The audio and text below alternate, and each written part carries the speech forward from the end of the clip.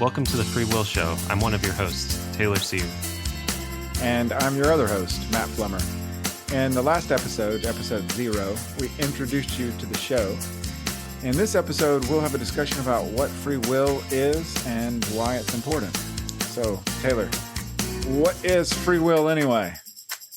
That's a big question, and there's not exactly universal agreement on the answer to that question. If you ask 10 different people what free will is, they'll give you 10 different answers. And the same might be true if you ask 10 different philosophers what free will means. So maybe it's worth just saying some of the options here, what people could mean when they're talking about free will, and then we could sort of home in on what we're going to talk about throughout the show.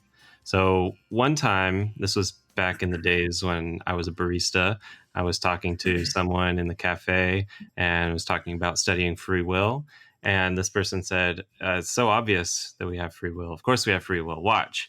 And he picked up his phone and he dropped it and said, look, obviously I have free will. I just exercised it. So one conception of what it is to have free will is something like having the ability to make choices or to perform actions on the basis of one's choices, especially if you're not being told to do it or forced to do it by someone else. You're not being constrained either by morality or by the laws. You have a certain kind of freedom to make your own choices. Some people think of that as what free will means. But I don't know. What else do you think of when you think of free will? I think of very similar things. And this actually lines up with some psychologists who have done research on this where they're studying folk beliefs. And they just in their labs, they ask people what do they think of when they think of free will, and they meant the people who have been studied mention a lot of the things that you just mentioned, like the ability to make decisions or choices, doing what you want to do, acting without any kind of constraints, nobody's holding you back, being able to deliberate and then act on the basis of your deliberation, or even doing something intentionally. All these things were mentioned as what people think about when they think about free will. That makes sense. If you do something accidentally and unintentionally, it's not something you did freely or with free will. Yeah.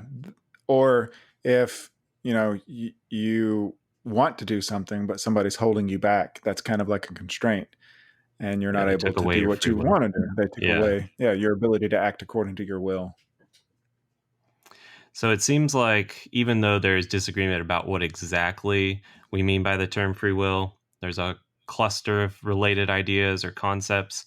And for a lot of people anyway, it hinges on some kind of control, right? Having free will is having some kind of control over one's actions or one's behavior more generally. Maybe inactions or omissions count as part of a person's free will. We could have free will with respect to omissions, perhaps.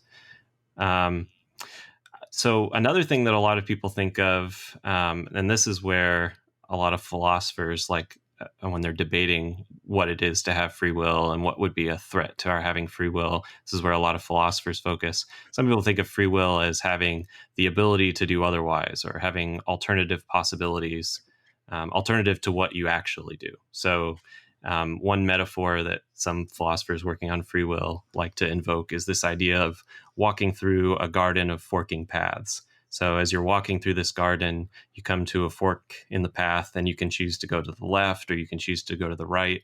And no one's forcing you to go one way rather than the other.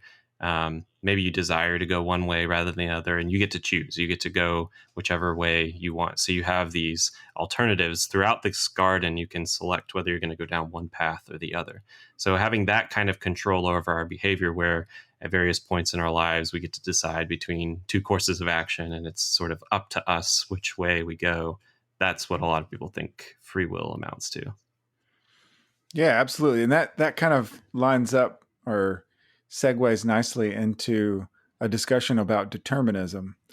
One of the reasons that one of the things when people have focused on alternative possibilities is this idea of whether or not alternative possibilities are compatible with determinism.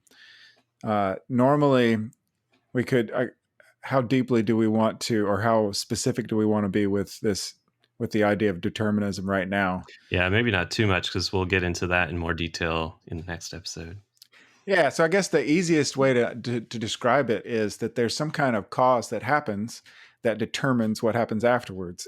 Yeah, maybe you could think of it this way: given the cause or given the initial state or condition, there was only one possible future. There was only one way things could have developed from there.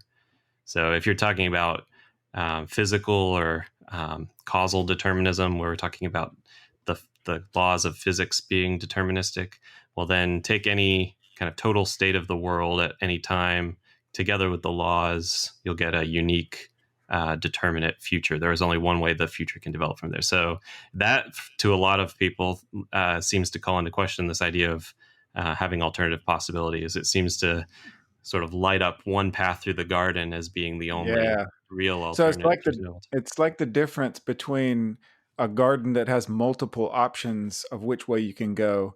And have you ever seen a labyrinth? Right. So Yeah. labyrinths look like mazes with lots of different ways, but really there's only one way through. At least the idea of the labyrinth that I've seen in other places. Yeah. Are all labyrinths supposed to be like this? Is that like something that's makes a I'm not difference between a sure. labyrinth and a maze?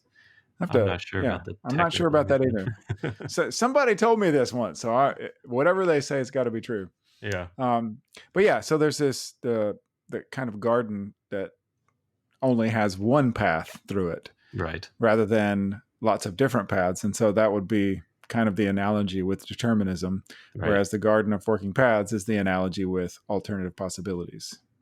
Yeah. Maybe to forestall a little bit of confusion, we could at least say, we could say that we don't, from our point of view, given what we know, we might not think that there's only one kind of possible future. It might feel to us like we have a genuine choice between various alternatives, even if determinism is true. It wouldn't feel like you were being forced all the time, even if the world were deterministic. So some people, when they hear determinism, they think, well, our world obviously isn't deterministic because we make choices all the time, and certainly feels like we are choosing between genuine alternatives.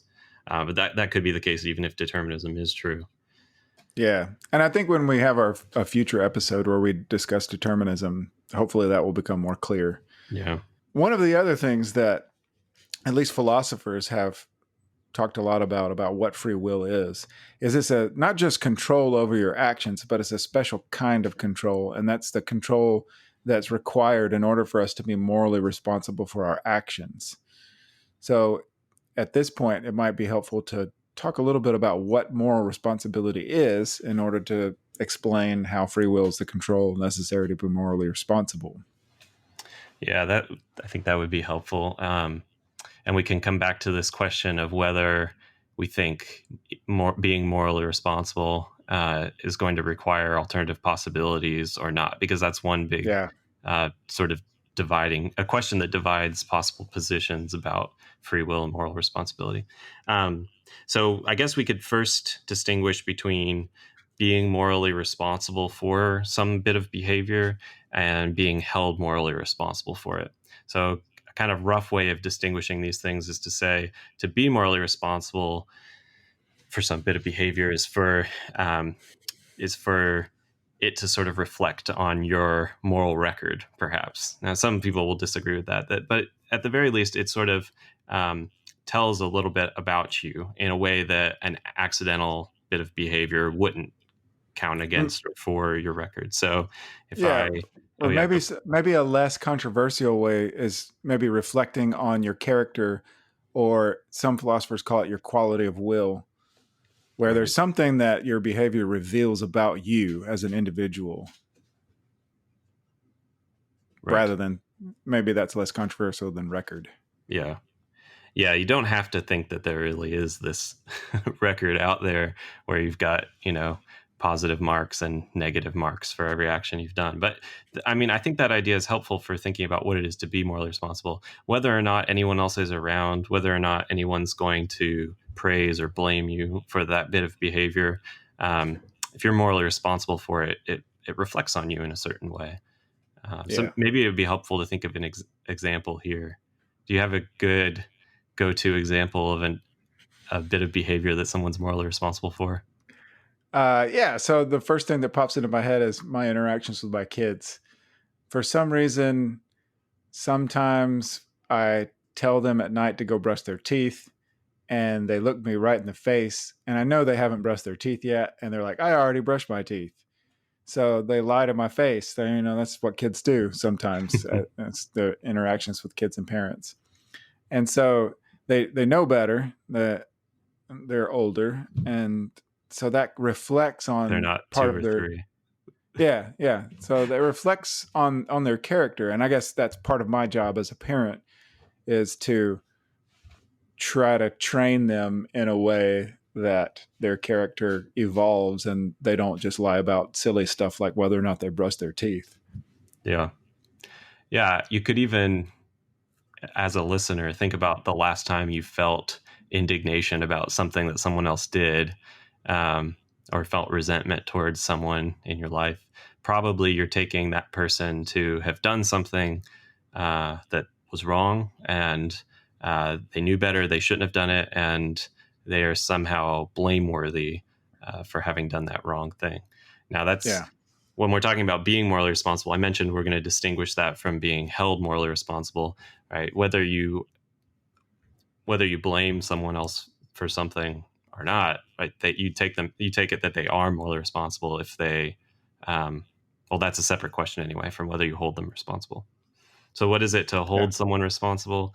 Well, I mean, very roughly, right? If someone is praiseworthy for something and you praise them for it, you're holding them morally responsible by overtly praising them, holding them to account in a positive way. Or, in the negative case, when someone is blameworthy and you blame them, you're holding them to account. You're holding them morally responsible. Yeah, and these ideas are closely linked with rewards and punishments as well. So Right. sometimes when we hold people morally responsible, we think that they should be punished for what they've done if it's bad or rewarded for what they've done if it's good. And these things don't line up. So you can be held responsible for something that you are not responsible for, and Right. vice versa. Right. So, in unfortunate cases of injustice, someone can be punished for something that they didn't do. That would be a case of Yeah. holding someone responsible when they aren't actually morally responsible. Yeah. Right. Or you Well, could, fail to convict to the right person, and the guilty person could be out there blameworthy, but not being held to account. So, right. They don't line up perfectly, unfortunately. yeah. So we've got these ideas of praise and blame, of punishment and reward. And one thing that is important for moral responsibility is this idea of basic desert.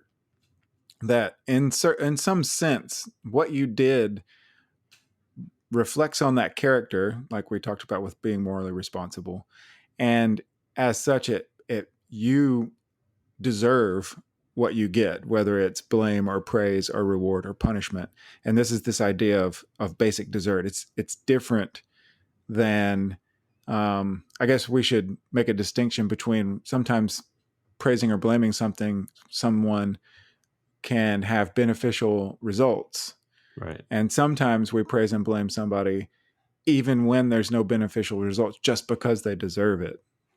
Yeah. So, my kids are younger than yours. So, you're probably not doing this anymore, but I might praise my kids for their good behavior without thinking they're actually praiseworthy for it.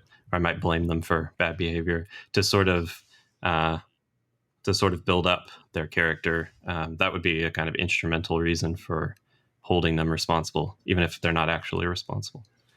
Yeah. Yeah, that's a good example because it brings about these good results that you want, the kind of behavior that you want in the future. Right. Maybe it's worth pausing to even say how important the idea of moral responsibility is, and the idea of holding each other responsible is. It seems like a lot of our relationships presuppose that the people we're in relationships with, that they are morally responsible. Certainly, the examples we've given of, like legal sanctions, like punishing someone, that presupposes that they ought to be punished. seems like Yeah. at least certain kinds of punishment seem to presuppose that people deserve to be punished for their wrongdoing. You might think there's some instrumental reasons for some kinds of punishments, but maybe not all. But even like praising and blaming on a smaller scale where it doesn't really involve a reward or a punishment per se, just whether you're going to be grateful to someone or going to be resentful towards them, right? These kinds of attitudes, I don't know, they're very pervasive in our interpersonal relationships. So it seems like being morally responsible is really important. It would be bad in some sense. It would definitely alter our conceptions of ourselves if it turned out that we didn't have the kind of control over our actions such that we could be morally responsible for what we do. Oh yeah, absolutely. Because in a certain sense, we're relational beings, and part of the relationships that we have with other people involves these ideas of praise and blame and basic desert and moral responsibility. We think that we owe. It's almost a sense of what we owe to each other. Like if you have a friend, then that friend, even though you don't have an explicit agreement, they owe something to you of being like but true to you, like not stabbing you in the back or being there for you Right. when you need them. And when they're not, and you're like, I thought you were my friend, and you blame them because they weren't there for you when you needed them, or something Mm-hmm. like that. Yeah. And if for some reason you didn't blame that friend or you didn't take them to be morally responsible, right, that would be a very different kind of friendship from typical friendships. You'd almost be, maybe we'll get into this in a future episode, but you'd almost be taking this objective stance towards them where you weren't seeing them really as a person that you can relate to interpersonally. You'd see them more as an object. So it seems like these certain attitudes, especially resentment and gratitude and the others that we've mentioned, are really important to our relationships. Yeah. So that's the importance of moral responsibility. Let's talk a little bit about what the importance or significance of free will is anyway. What, like, why should we even care about free will? Yeah. I guess we've already been making the case for if free will is the control that's required to be morally responsible, well, it's really important that we have free will if we're going to be morally responsible, and we care about that a lot. So that's one thing. Yeah. Another thing you could think of is there's several different what's the word I'm looking for? There's several different good things that kind of come with free will that are often mentioned. If you read a book about free will, then they usually have a section of the importance of free will for other things that human beings value a lot. Things like Right. autonomy, creativity, those kinds of things. So we value autonomy in that we want to autonomy just means self-rule. We want to be able to like call our own shots and to be Right. able to be something other than someone else's puppet. Right. Don't want to be a robot either, something that's been programmed to act in various ways. At least on on a it seems like a natural take on robots would be to say that they're not really autonomous because well, there's some kind of heteronomy involved. There's someone else that's giving rules to the robot that it has to follow. It doesn't get to call the shots for itself. Yeah. We also value free will because of creativity. It seems that there's something special about being able to create in whether it's art or music or whatever that requires the kind of control that we've been talking about with free will. That if a robot was programmed to paint a picture, it just wouldn't be as cool as a human being who just came up with, Yeah. think of your favorite famous painter, like Cezanne or whoever. It a robot that paints the same thing, I'm not going to be as impressed. I'm going to be Right. more impressed with the person who programmed the robot. Sure.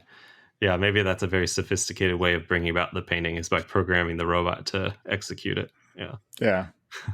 There is a this might be a fun rabbit trail to explore later on, but there is in Isaac Asimov's famous story, The Bicentennial Man, there is this robot that can make artwork. But this like sets this robot apart from all the other robots. So you might think now there's a question about whether this robot is really programmed like other robots or whether it really has free will. But the typical conception of a robot, at least at the time of the recording of this episode, right, is that robots aren't really creative. Yeah. So Yeah. Maybe yeah, we should have a whole episode on just AI and robotics and free will. That would be cool. definitely. Another reason why free will is important, there's this idea of agency. Do you want to say a little bit more about reason and agency?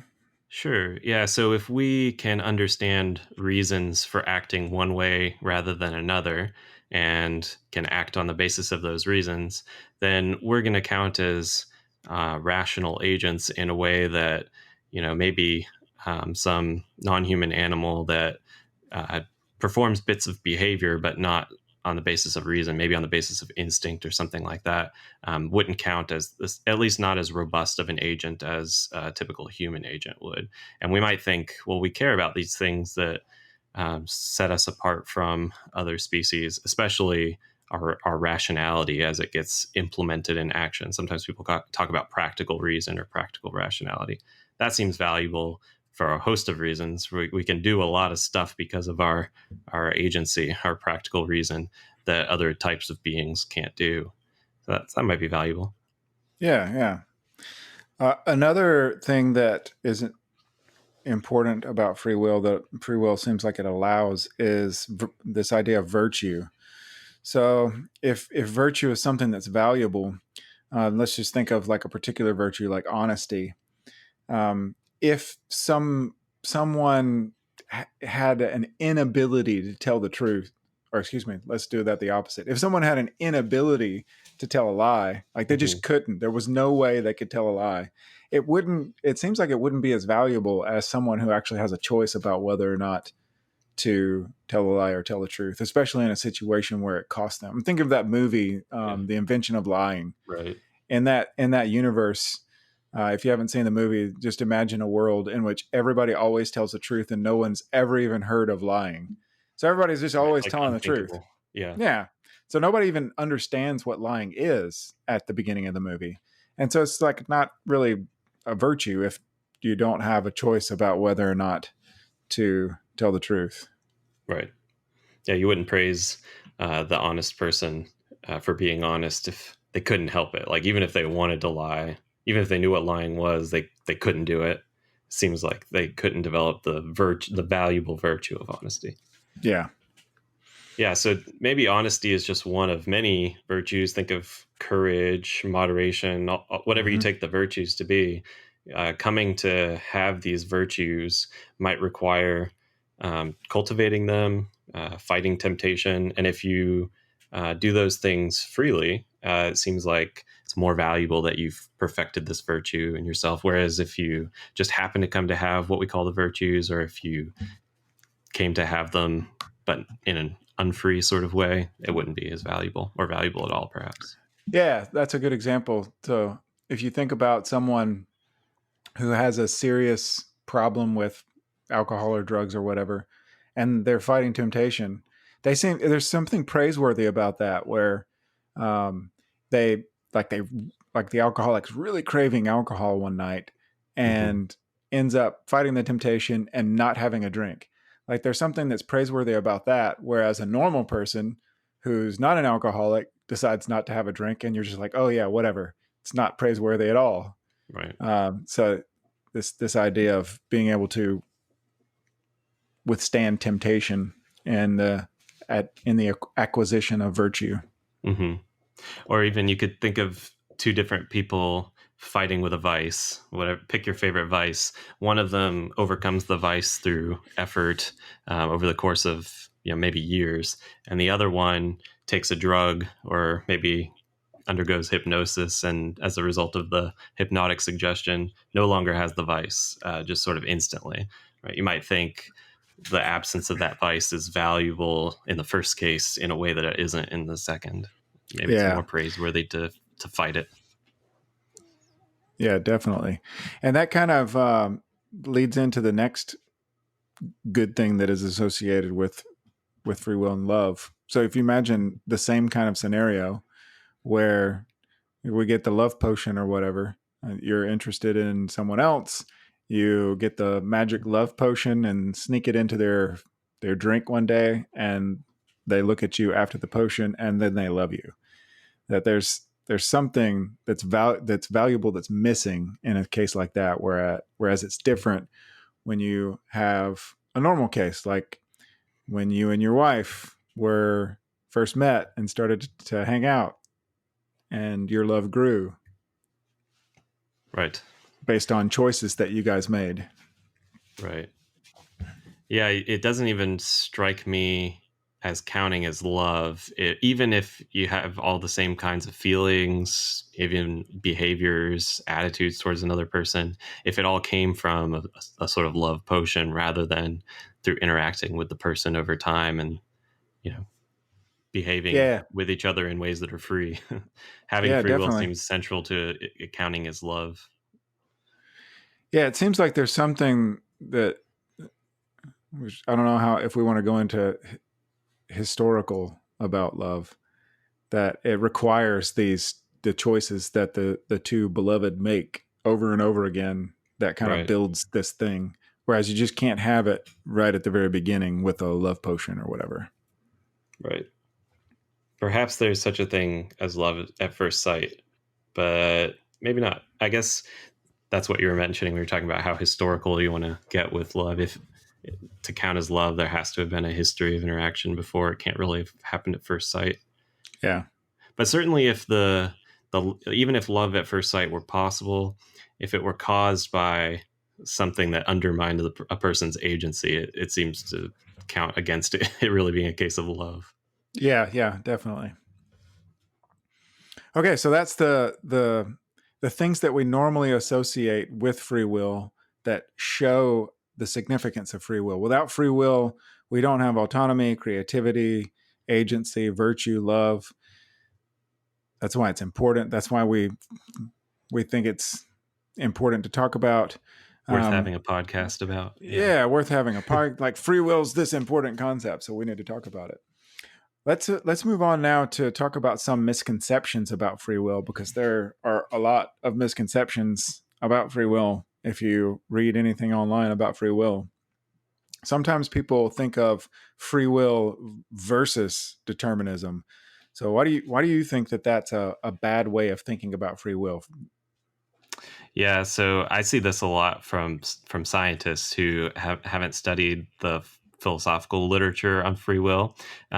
There's this sort of pitting of free will and determinism against each other. So you have to choose. Are you going to say we have free will, or are you going to say that determinism reigns? Like that there's determinism in physics or in the brain. When we study neuroscience.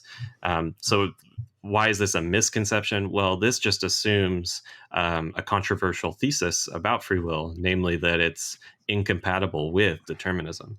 So a whole lot of philosophers are what we call compatibilists about free will and determinism. They think it could be that both determinism is true and we have free will.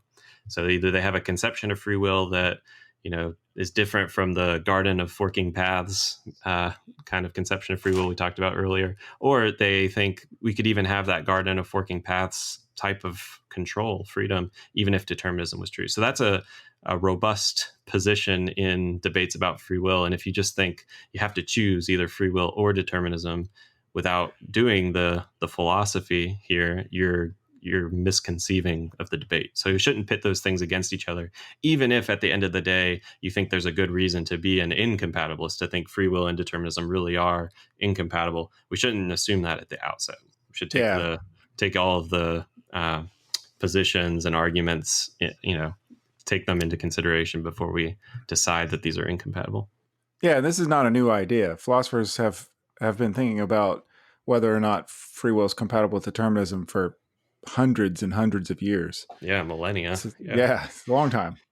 Another misconception that you might run across with free will is this idea that free will versus causation, that free will requires some kind of miracle. I've read a few things, and I don't want to bash scientists too much. But I read a couple scientists talking about free will, and they kind of thought that if we have free will, then it's got to be something that's outside of the scientific laws of the universe. Right. It requires, like, we have these fundamental laws of physics, and they think that free will requires us to violate those laws of physics so that it's some kind of miracle. Right. I think part of the problem here is the first problem, that they're thinking that free will and determinism are incompatible, and so we'd have to, if we were to have free will, and if the world is deterministic, we'd have to somehow go against the laws of nature. That would require a miracle. Yeah. There's also this idea that if something is caused, then it was determined, and Mhm. that's a mistaken view. At least it was widely held for since the sort of Enlightenment era until the last 100 years or so. But in recent times, lots of scientists as well as philosophers take seriously the idea that there could be probabilistic causation or indeterministic causation. So just to say that something's caused doesn't mean that it was determined or that the laws required it. So if you, yeah, once you understand that, then you shouldn't pit free will and causation against each other. Yeah, and an example of something that scientists think that is not determined, but it is caused, could be something like a Geiger counter. So the Yeah, Geiger counter is picking up, it forms a signal based on particles that are given off by radioactive material. And according to at least the latest science that I've heard, there isn't an explanation for the whether or not that particle that's released by the radioactive material is determined. So if you had the exact same situation with all of the same material, then it might give off the particle at a different time. And each time the particle is given off, it makes the click on the Geiger counter. So we could right. say that that's an example, the Geiger counter's clicks, of something that's caused by the particles from the radioactive material, but it's not determined. It's probabilistic or indeterministic, or however you want to say that. Right. Yeah. I mean, currently, physicists are divided on whether to take um, the laws to be deterministic or not. The majority interpret this kind of case in the way that you just described, as probabilistic or indeterministic. You could interpret that as just a sort of limitation of our knowledge. We just don't really know all of the conditions well enough to know what will result. And so, really, there could be determinism there. But that's a sort of minority view among contemporary physicists. Yeah. Yeah, so the last misconception we'll talk about is that, and this, I think it's related to this last one we've been talking about, is that free will requires some kind of immaterial soul. So it requires that, at least for agents that are going to count as having free will, that we have some non-physical part. So substance dualism is one view about at least human persons, that says we're really two types of substances together. Human beings, taken holistically, are both immaterial mind and material body. So that there's two substances, um, immaterial or mind, and then body or matter. And we have not only our physical bodily material parts, but we have this immaterial soul or mind that's not sort of reducible to the material parts, including the parts of our brain.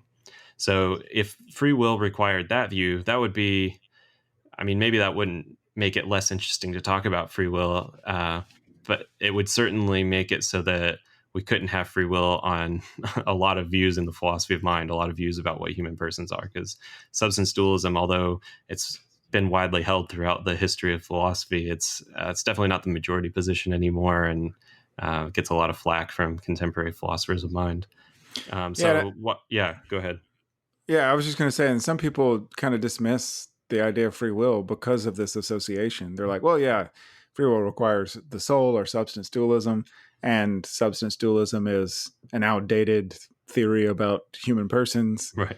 that nobody holds anymore. So that means we don't have free will anymore. Or that I guess we never had free will. Right. Yeah, so why is that a mistake? Well, I guess the only reason for thinking that an immaterial soul would be necessary for us having free will is because you're thinking that free will is going to require um, an action on our part that's not explainable in terms of the physical stuff that makes us up. But of course, you might think we have a certain kind of control over our actions, maybe the control required for moral responsibility, even if we're entirely physical beings. Right? Maybe we can explain control by reference to the decisions we make, and maybe we can explain that by reference to elements of our, aspects of neuroscience. Yeah, either way, it is controversial to say the least, that free will requires a soul or substance dualism, because so many philosophers are not soul theorists or substance dualists, and yet they think that we've got some kind of free will that's either Right. materialistic or just based on the matter that humans are made of. Right. And even many of the substance dualists that I know, they don't take their view of free will to hinge on that aspect of their view, that view from philosophy of mind. So it doesn't seem like anyone's taking there to be this tight connection between our having free will and our having souls. But that is a common, like you said, a common misconception it comes from the sciences. We don't want to pick on sciences. There's a lot of interesting connections between the philosophy of free will and the science of free will, and we hope to get into that in detail. But we do think that there are misconceptions that if you're kind of only thinking scientifically and you haven't gotten into the philosophical issues here, you could be confused about. Yeah, absolutely. All right, so that wraps up our discussion of what free will is and why it's important. So, in our next episode, we're going to talk about fatalism, foreknowledge, and determinism. And would you like to give a teaser about our special guest for the next episode? Yes, sure. So our next guest will be John Martin Fisher, the university professor in the University of California system, distinguished professor of philosophy at the University of California, Riverside. He's been writing for decades on free will and has trained many students who are working now on issues of free will. And he's written a lot about the various threats to our having free will, challenges to us being morally responsible, having the control required for moral responsibility. So he's the ideal person to talk about fatalism, foreknowledge, and determinism. So these are three different avenues to calling into question our having at least a certain kind of freedom. So fatalism has to do with these truths about what will happen in the future, kind of restricting our freedom. Foreknowledge has to do with not only truths about what will happen in the future, but the existence of an omniscient being who has foreknowledge of what will happen in the future. So think of divine foreknowledge here. And then lastly, determinism, which we've introduced in this episode, right? Think of the laws of physics constraining what the future will be like. So these are all ways of calling into question our having free will. They've all been around for millennia, and it'll be helpful as part of this introductory season to have these different challenges to free will on the table.